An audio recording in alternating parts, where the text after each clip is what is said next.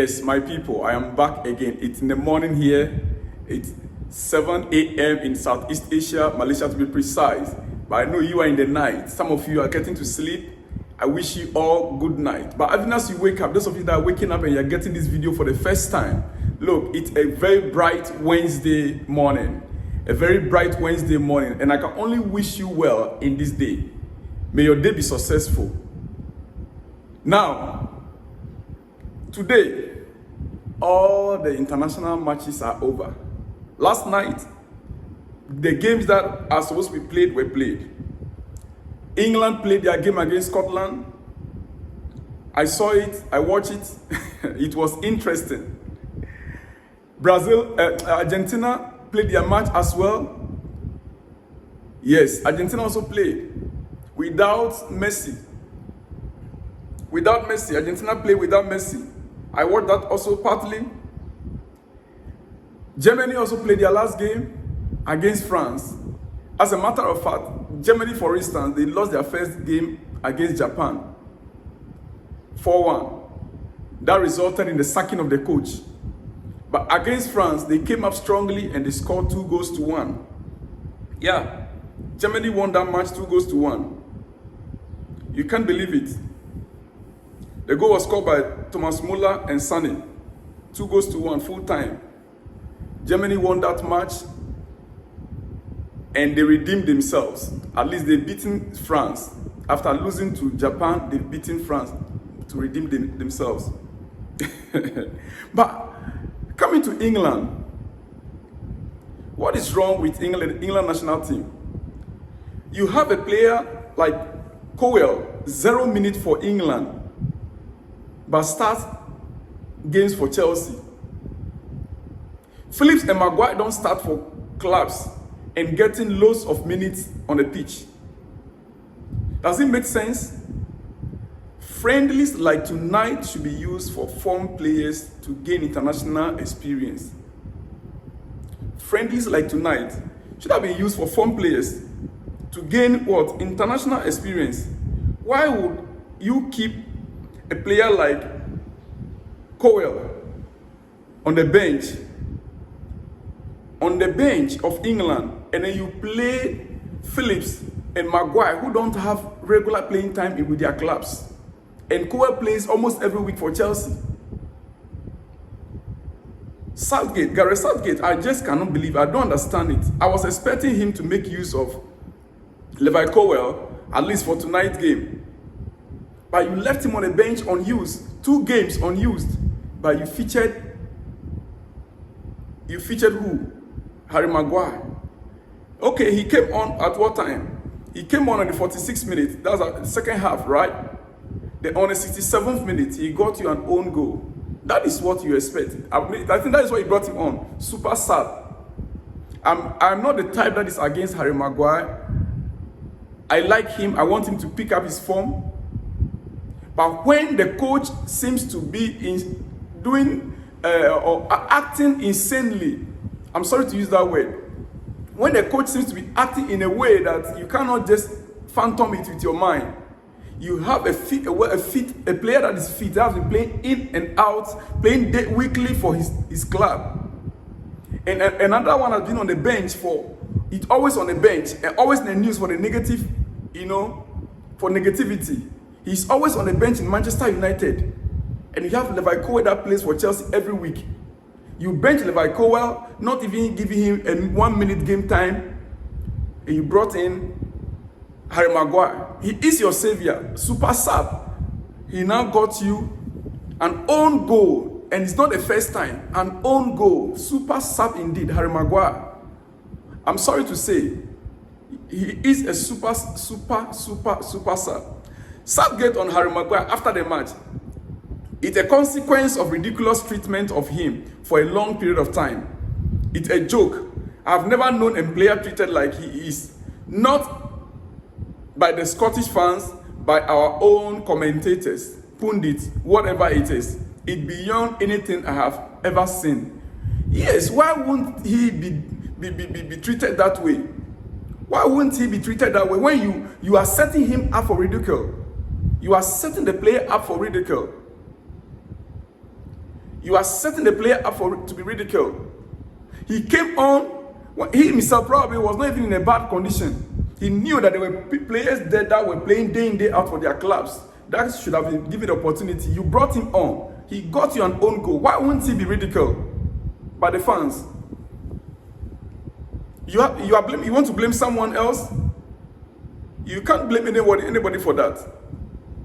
You cannot blame anyone for that. You get it?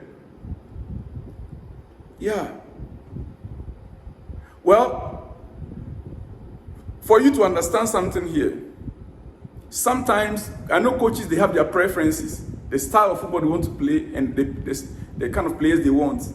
But it's just becoming right now when it comes to Harry Maguire and the national team. When there are players that are fit, okay, you call them and you just kept them on the bench. They should have remained with their national, with their, how do you call it, their clubs. It's as simple as that. It's as simple as that. Well, let's go to other news, my friend. Let's go to other news. It's already happened. Yeah. It's already happened.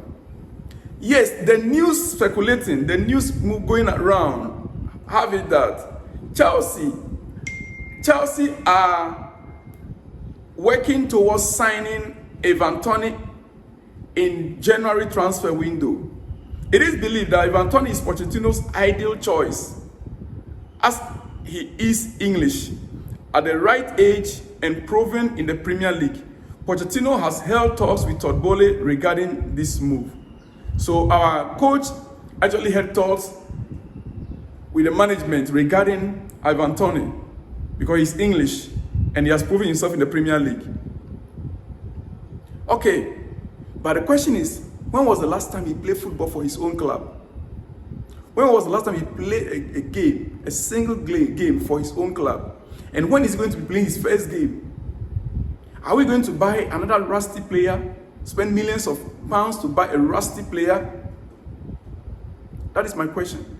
I was expecting that we will be working towards getting Osimhen, Victor Osimhen. I don't know how much the guy will cost. Right now, the profile of striker Chelsea need is Victor Osimhen.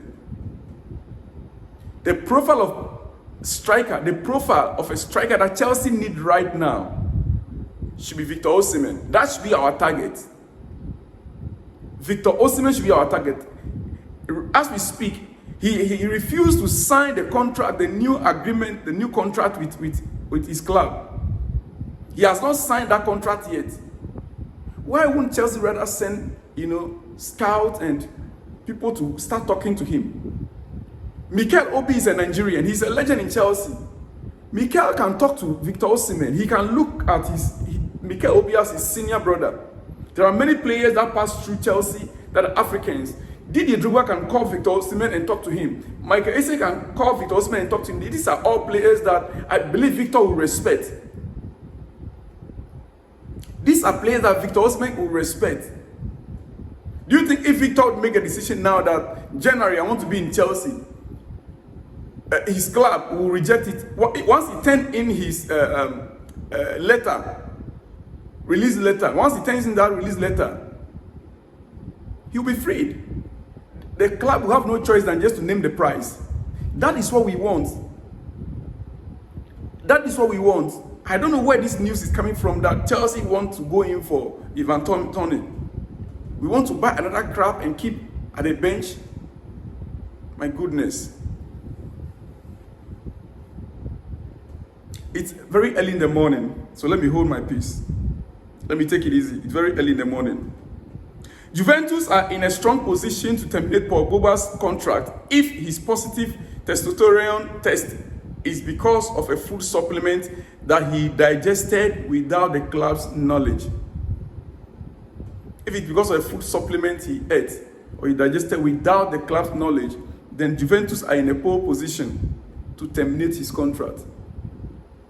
Like I said before, now, 4 years, it's a long time. And if a player should be banned for 4 years, Pogba is no longer an 18-year footballer or 19-year footballer. He is in his mid-20s. If I'm not mistaken, 26, 27. If not more. 4 years from now, his career is dead.